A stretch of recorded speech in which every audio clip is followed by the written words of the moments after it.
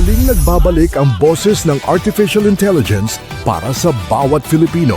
Ito na ang The AI Talks with the Voice Master. Kasama ang nag-iisang AI Voice Master Pocholo de Leon Gonzalez. Ang mga tagapagbalita ng programang ito, sina Ira at Ivan, ay mga AI-generated animated reporters. Bagamat kami ay produkto ng artificial intelligence, ang lahat ng balita, impormasyon at analysis na aming inihahatid ay totoo, beripikado at batay sa lehitimong pinagkukunang sources. Walang fake news dito. Tiwala kaming mas maiintindihan ninyo ang teknolohiya sa pamamagitan ng teknolohiya mismo. Narito na ang mga pinakamainit na balita sa mundo ng AI. Narito na ang balitang AI. Kasama sina Ira at Ivan, Artificial Intelligence News Network.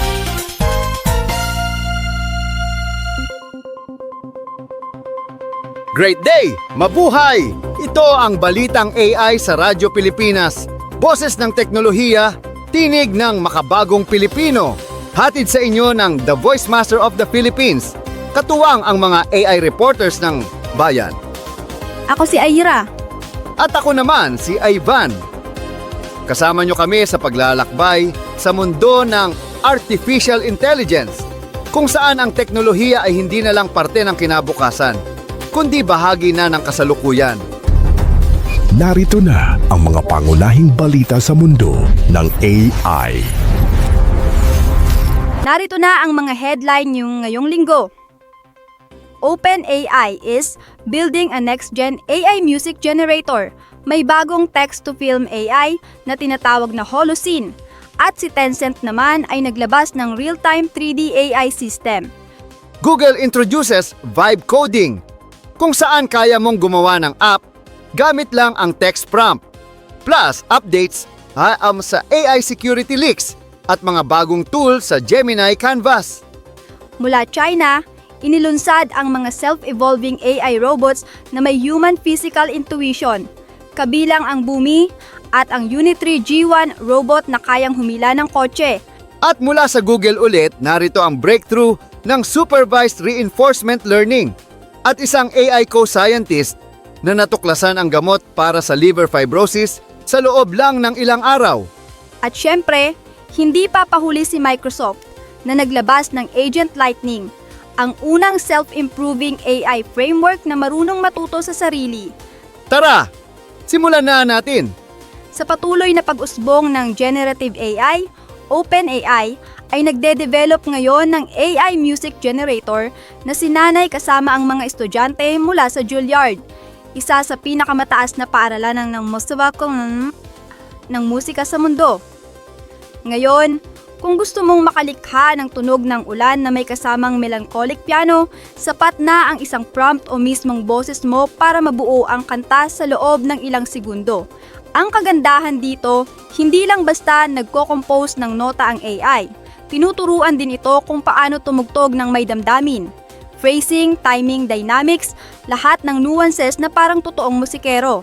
Habang nilalapit ng OpenAI ang launch nito, lumalabas na rin ang mga bagong AI tools gaya ng Dia Browser para sa macOS. Para kang may digital copilot sa bawat tab, nagsusummarize ng articles, kinukumpara ang prices sa Airbnb at tumutulong gumawa ng emails ng real-time.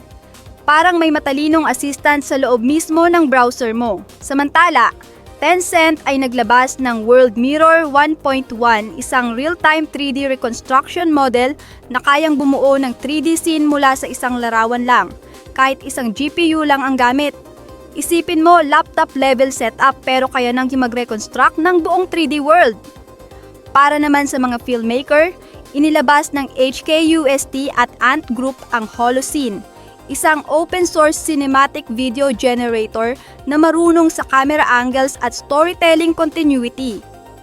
Hindi mo na kailangang maghintay na ma-access ang Sora dahil pwede mo nang gamitin agad ang open version na nila.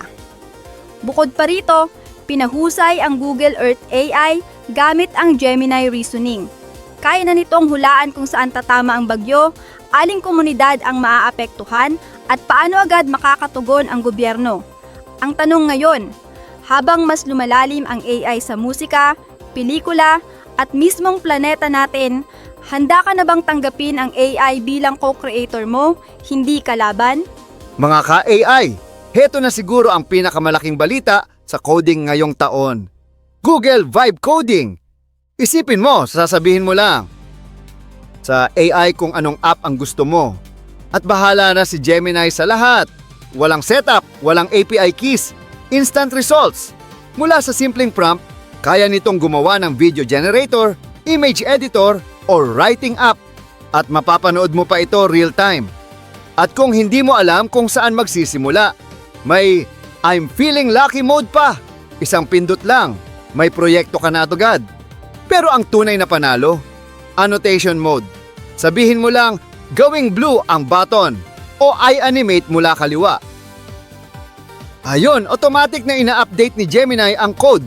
Wala nang context switching, wala nang stress. Parang may sarili kang developer na sinusunod lahat ng utos mo. May kasama pa itong Gemini Canvas Slides na kayang gumawa ng presentation decks mula sa dokumento, research o spreadsheet mo. Sa gitna ng lahat ng to, lumitaw din ang malawakang Gmail credential leak na nakaapekto sa halos 183 milyong accounts. Hindi ito dahil sa hack sa Google mismo, kundi dahil sa pagsasama-sama ng lumang leaks at phishing attempts. Kaya paalala, gumamit ng two-factor authentication, unique passwords, at huwag basta-basta mag-click ng links.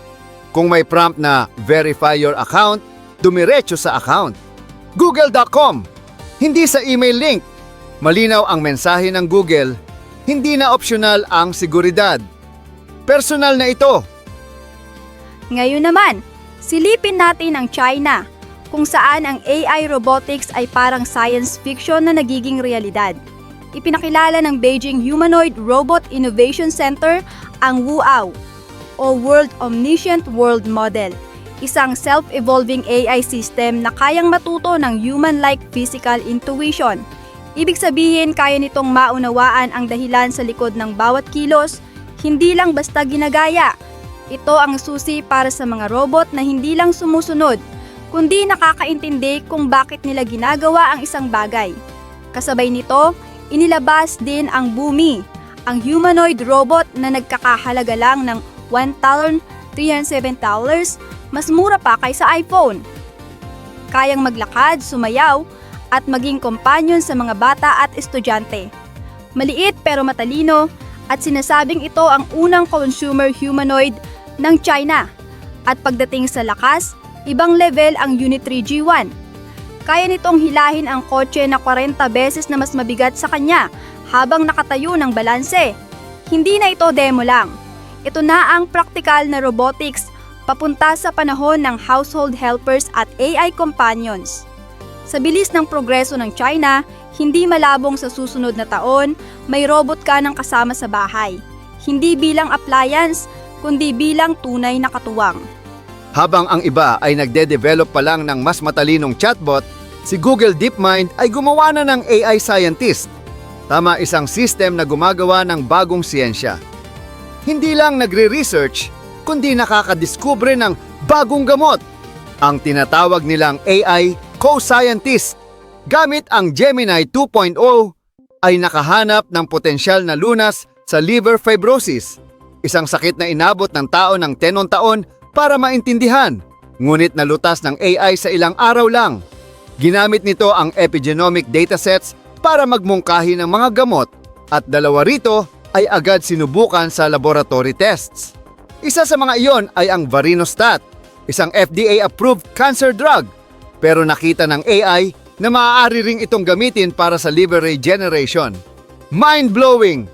Hindi lang yan. Sa isa pang eksperimento na resolba rin ng AI ang isang dekadang misteryo tungkol sa kung paano nakakapagpalit ng host ang ilang virus. Ang sagot ng AI, tail piracy. Ang eksaktong mekanismo na natuklasan ng mga scientists matapos ng 10 taon. Ang AI, ilang araw lang. Patunay ito na papalapit na tayo sa panahon ng AI discovery, hindi lang AI assistance. At kung kaya na nitong gumawa ng bagong kaalaman, Sino pa ang makakapagsabi kung hanggang saan pa ang kaya nitong tuklasin? At panghuli, mga ka-AI, narito ang Microsoft Agent Lightning, ang unang self-improving AI system na literal na natututo mula sa sarili niyang karanasan. Gamit ang reinforcement learning, inoobserbahan nito ang sarili, kung saan siya nagkamali, saan naging tama, at itinuturo sa sarili kung paano pagagalingin ang performance niya. Hindi mo na kailangang i-retrain o i-reprogram, para bang natuto siyang mag-isip mag-isa. Bukod dito, naglabas ang OpenAI ng safeguard models para sa online safety, habang si Elon Musk ay naglunsad ng Grokipedia, isang AI encyclopedia na layuning palitan ang Wikipedia gamit ang algorithmic objectivity. Samantala, sa Adobe Max 2025, ipinakita ang mga AI tools tulad ng Motion Map, Clean Take at Frame Forward na kayang mag-animate, mag-edit at baguhin ang lighting ng video sa isang click lang.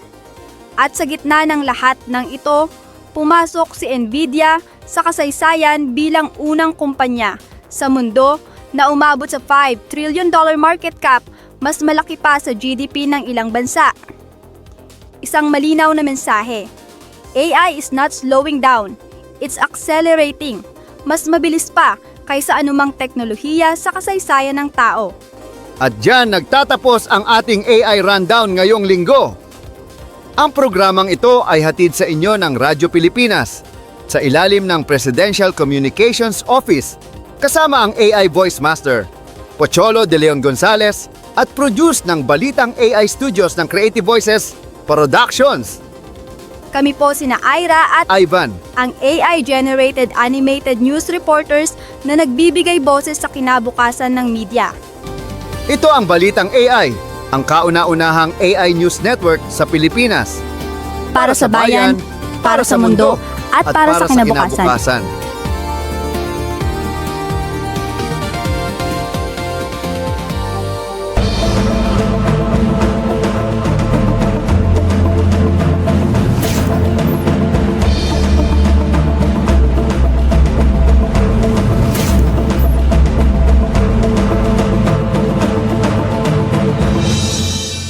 Sa likod ng bawat inobasyon, may kwento ng tao. Narito ang segment kung saan teknolohiya ay nagiging personal. Ito ang AI and Personal Interviews kasama sa AI Talks with the Voice Master. Hello, great day everyone! Welcome to the AI Talks with the Voice Master. Siyempre, kasama niyo ako, ang inyong lingkod, Pocholo De Leon Gonzales. Nandito tayo ngayon. Alam niyo kung saan?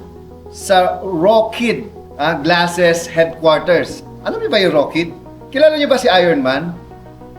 Siyempre naman, everyone knows. Kilala niyo ba yung sino nagsasalita? Di ba may salamin siya and everything? Ang tawag doon, Jarvis. Ang ibig sabihin ng Jarvis, just a rather very intelligent system. So ngayon, it's a reality na mga kaibigan, mga kaboses, mga ka-AI.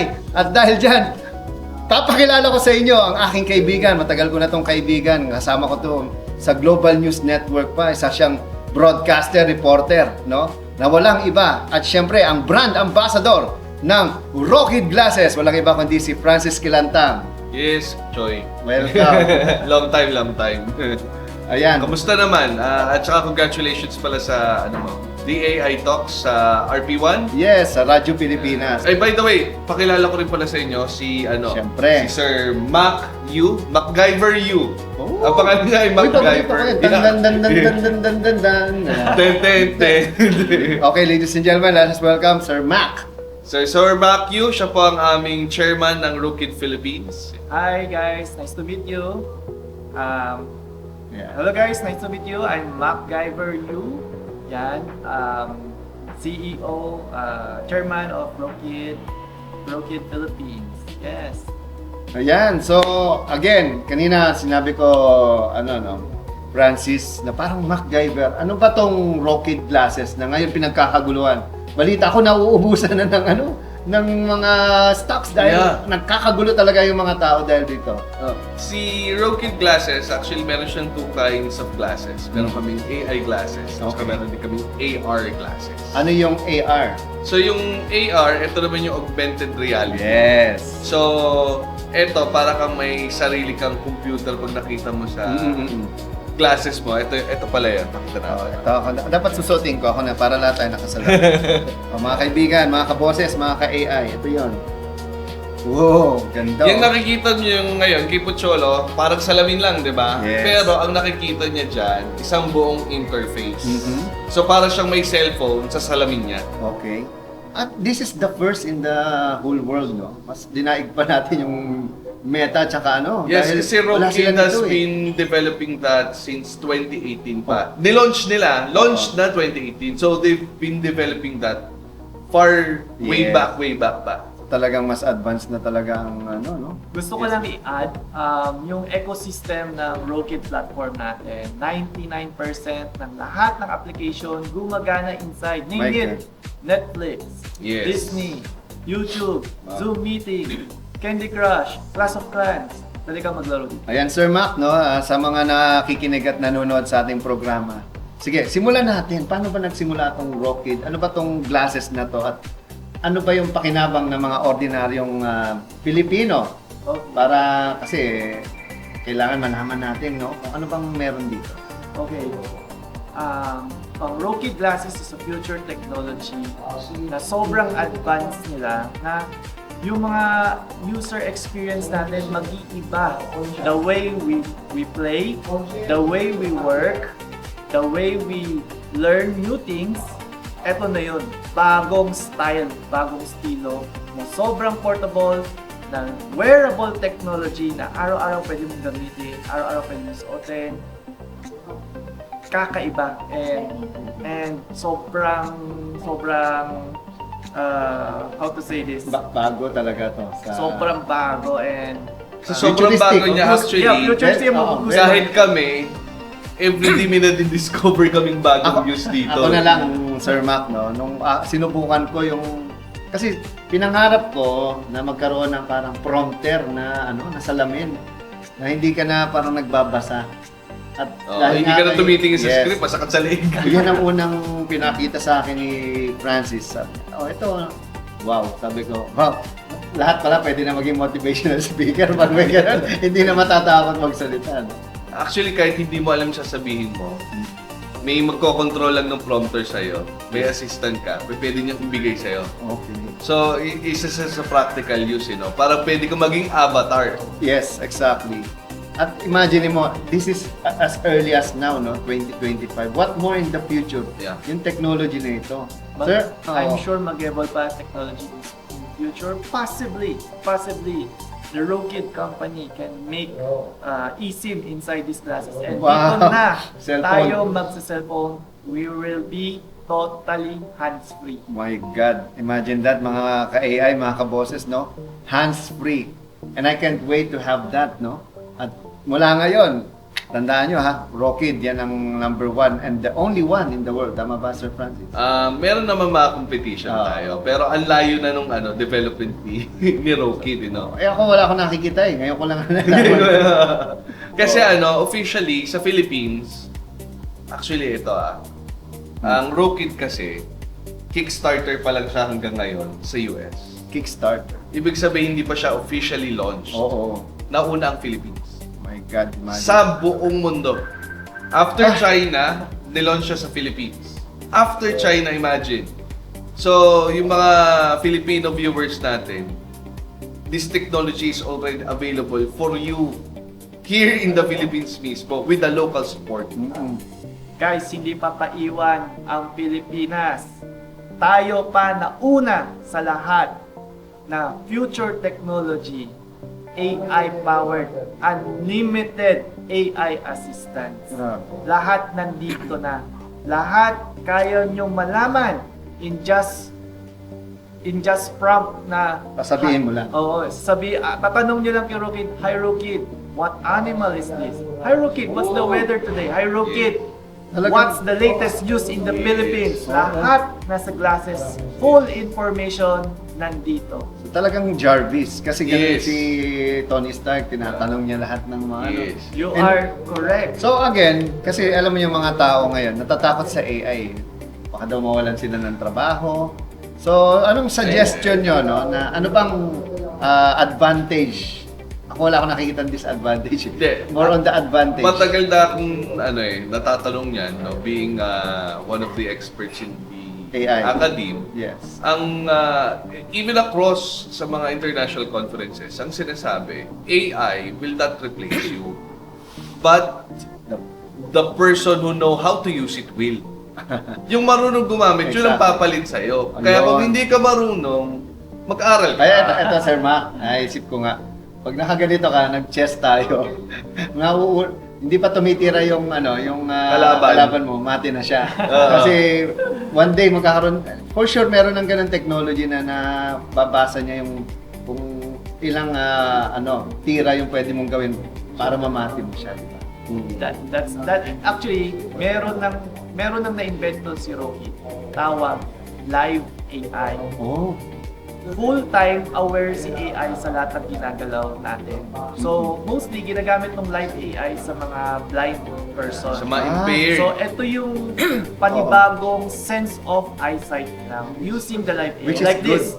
So, blind ka, lalakad ka. Rocky, what's in front of me? Oh, there's something, a pillar in front of you. Nakakita sila? Yes. through that? So, Yes.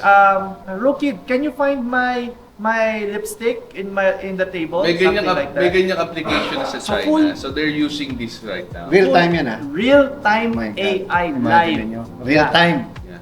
Actually, kahit sa government, sa China, right now kasi, if I ask who are you, yung nasa harapan ko, naka-privacy mode yan, Oo. naka-off yan. Bawal Pero yan. sa China, Hindi. naka-connect yan sa LTO nila. Titignan nila yung lisensya mo, kung totoo, mabe-verify nila. Oh. Yung license plate mo, pinicture nila, makikita nila kung rehistrado. Nako. Totoo yan. So with integration, maraming integration pwede masalpak sa glasses natin. With SDK out, so sa China ngayon, they integrate sa mga police, lahat real time, titingnan lang nila yung plate number and alam nila kung rehistrado ka o hindi. At saka Huli may agad. huli ka, ganun. Nice. Tsaka meron siya dito kasi translation. Oo. May, pakikwento nga yung example nung yung pipe siya, di ba? Hindi sila ito kapagsalita. real story to. So, nag-exhibit kami. May pumunta may pumuntang couple. Sabi, Mac, Deaf pala nga pala, deaf. Deaf. Sabi niya, Mac, itong girlfriend ko, bingi siya. Pwede ba matry yung AI glasses natin? Sabi ko, sige, try natin. Tapos, inon ko yung translation. Sabi no boyfriend niya, mahal mo ba ako? Yung girlfriend niya, napaluha. Wow. Napaluha dahil first time na intindihan niya, sinabi ng boyfriend niya, pero Nabasa. through the glasses, nagkaroon siya ng subtitle. So, Yeah. nakaka-touching yun for the deaf people, magkakaroon ng another sense of hearing, Yes. but through the eyes. Exactly. Alam mo, hindi nyo na itatanong kasi ako malapit ang loob sa mga PWD. And in my training, the first blind dubber sa buong mundo, ako nag-train. And marami akong na-train na mga PWD kasi gusto ko sila magkaroon ng confidence. Dahil sila yung talagang hindi nabibigyan ng pagkakataon. And through Rockid, no? Sobrang ang dami nitong mababago. Kasi technology talaga is the great equalizer. Exactly. Na yung mga katulad dyan, mga person with disability, para makasabay ba sila Yeah. dun sa mga able din, pwede silang i-assist ng mga technology like Rockid, yung mga hard of hearing, ito yung mga bulag, Yeah. they can ask real time. Dito soon, Oo. darating siya sa Philippines. Ngayon wala pa yung live AI eh. So let's see, Pero soon no? darating Within, yan. hindi lang, in 6 months, maraming Yes, pagbabago. mabilis. Okay, we are now on our last minute. Sir, anything you want to tell our audience Yeah. about Rockid? Saan mabibili? Yes. Okay, so You can Rockid- promote it. Rockid glasses is now available in Philippines, on-hand stock. You can purchase to our partners, Prezi, Hobby Dynamics, Player Vault, and The Loop, our exclusive retail distributor. Balita ko, pinipilahan talaga siya. Talagang nagpapa-reserve na yung mga tao, no? Yeah. Kasi yung rin pala to, may attachment dito ng prescription glasses. You can visit Ideal Vision para i-attach. Tapos balita namin, ang dami na rin nagpapagawa sa Okay. Ideal Vision. That is correct. So, guys, ang Rockid glasses natin, have many features pa na continuous tuloy-tuloy na update. So, this month, Rokid promised to innovate, to push yung navigation features. Yes. So, imagine with navigation, AI navigation, guys. Pwede nyo i-prompt like this. Hi, Rokid. Show me the top 10 restaurant in my locations. Bibigay ni Rokid all information sa'yo. And then, navigate me to the number 3. Automatic, just follow the arrow. Nandito na lahat. At saka I can see the future through this. You can see the future through this. Kasi ang sabi nga ni Sir Mac sa akin, in-explain niya, for the longest time daw, nakayuko tayo. Yes, I like it. For the longest time, nakayuko. So, ito na yung technology, nakaharap ka Marap na. sa reality mo. Exactly. So, hindi ka na detached ngayon sa mundo. Maganda yan. I like that concept, no? And it's now time to look forward, not Yes. look down. Ha? Galing. And lastly, yung AI translation nito napaka-powerful. Imagine this is the twist. So pag suot ko to, may kausap akong Chinese, automatic lahat ng sinabi niya magta-translate, magkakaroon ng subtitle on my glasses. Now, ito yung twist. If I have a Rokid glasses and the one who's talking with me is have a Rokid glasses, I can use my own language and he can use his own language and magkakaintindihan kami. Yeah. Filipino to Chinese, Chinese to Filipino, language barrier, mawawala na. My God. Rokid supports 89 languages. Just imagine. And soon, di ba? More languages to go. QN, kasi tatlo yung AI niya eh. So, Microsoft AI, we also have DeepSeek, QN. Si QN, nakita ko may latest development sila, they will include Waray. At alam nyo ba, ako ang unang gumawa ng mga AI voices sa Philippines, ng Waray, Ilocano, Wow. Kapampangan, through 11 Labs. Siyempre, we're working with 11 Labs. Sir Francis, anything you want to tell our audience? Yun, available na nga po ng Rokid. Pero sa akin, as an educator, una, huwag po tayo matakot sa AI. Kasi lalo niya yung mga teacher na natatakot na yung mga estudyante ginagamit na lang AI. Huwag po kayo matakot, dapat kayo ang magturo sa estudyante kung paano maggamit ng AI at huwag kayo magpaiwan. Kasi Yeah. pag kayo ang naiwanan, matututo yung estudyante nang walang ethics, nang walang responsibility. Tayo po ang At nagtuturo. magmumukhang talaga obsolete kayo kasi wala kayong ginawa na dapat kayo yung unang nagturo kung paano at bakit dapat gamitin ng AI. Kasi guide tayo bilang guro. Yes. Dapat may guide. Kasi pwede nilang gamitin sa masamang bagay. Exactly.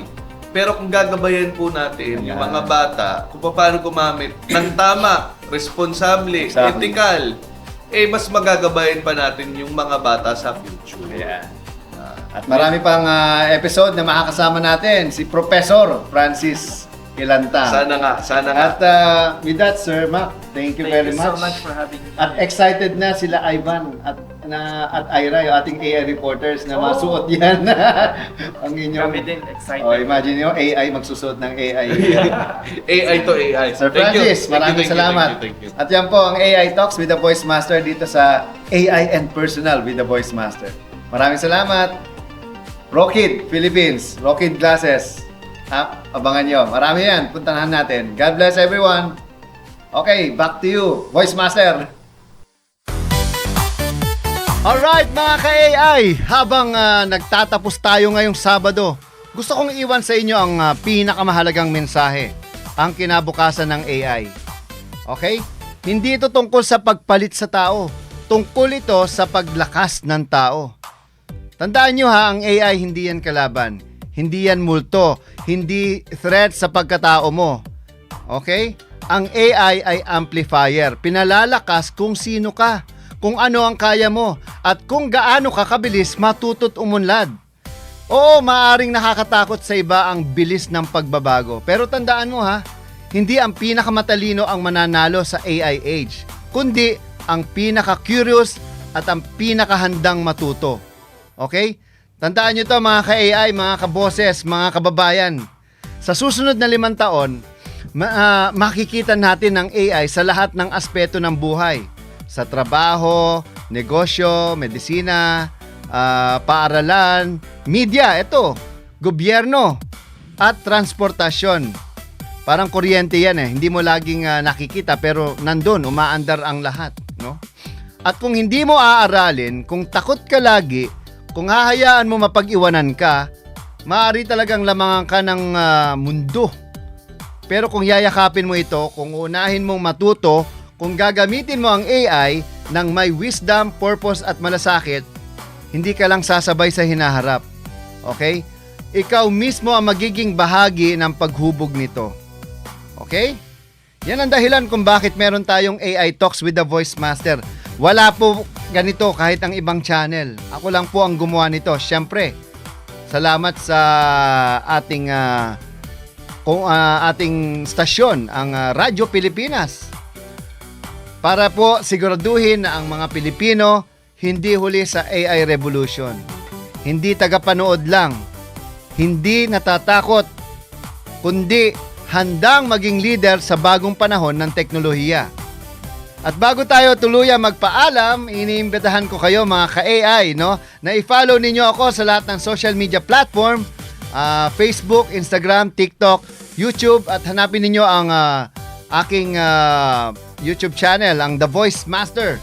Siyempre, ang AI Talks with the Voice Master at iba-iba kong mga mga Facebook pages, ang Certified Voice Artist Program, ang Creative Voices. At siyempre, kung gusto niyo balikan ang mga episodes natin, pakinggan at habang nagko-commute kayo, nagwo-workout o nagpapahinga, mag-subscribe lang kayo sa AI Talks with the Voice Master sa Spotify.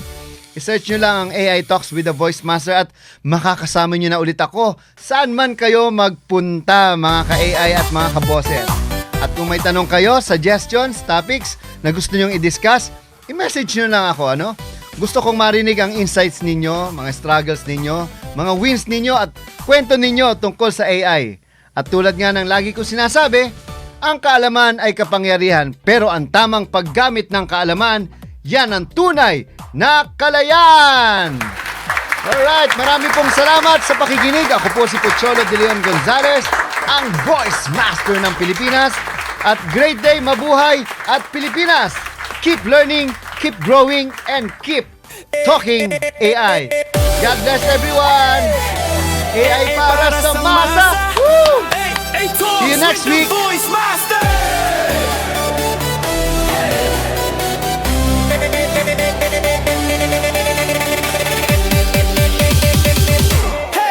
Sa tindahan ni Aling Nena, sa sakayan ni Kuya Boy, may narinig na usapan, AI daw di lang laruan, hoy! Pangmayaman yan, sabi ng tambay sa kanto. Pero teka, kahit ako, pwede palang matuto. Hindi kailangan ng diploma o Ingles-Inglesan, basta may tanong, kasagot ay kaalaman. Sa radyo o online, may matututunan. AI para sa masa, para sa sambayanan. Hey! Ay para sa masa, sa radyo humahataw. Kwento mo ay mahalaga kahit ikaw ay simpleng tao. AI Talks with the Voice Master, lakas ng bagong sigla, boses ng bawat buwan, para sa bagong Pilipinas.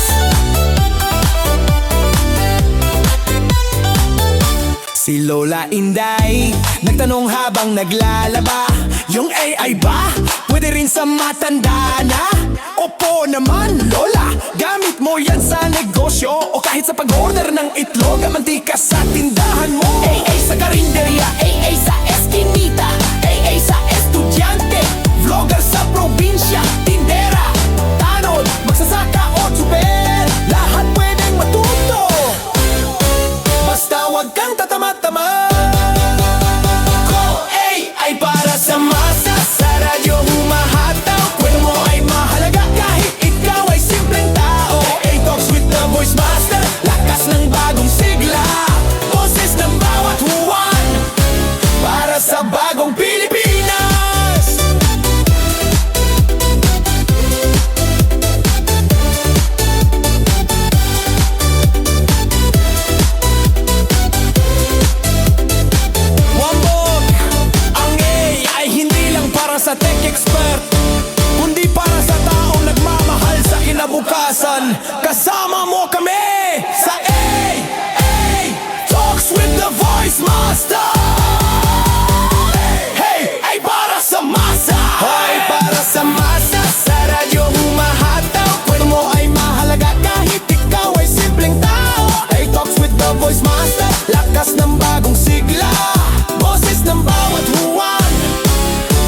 sa bagong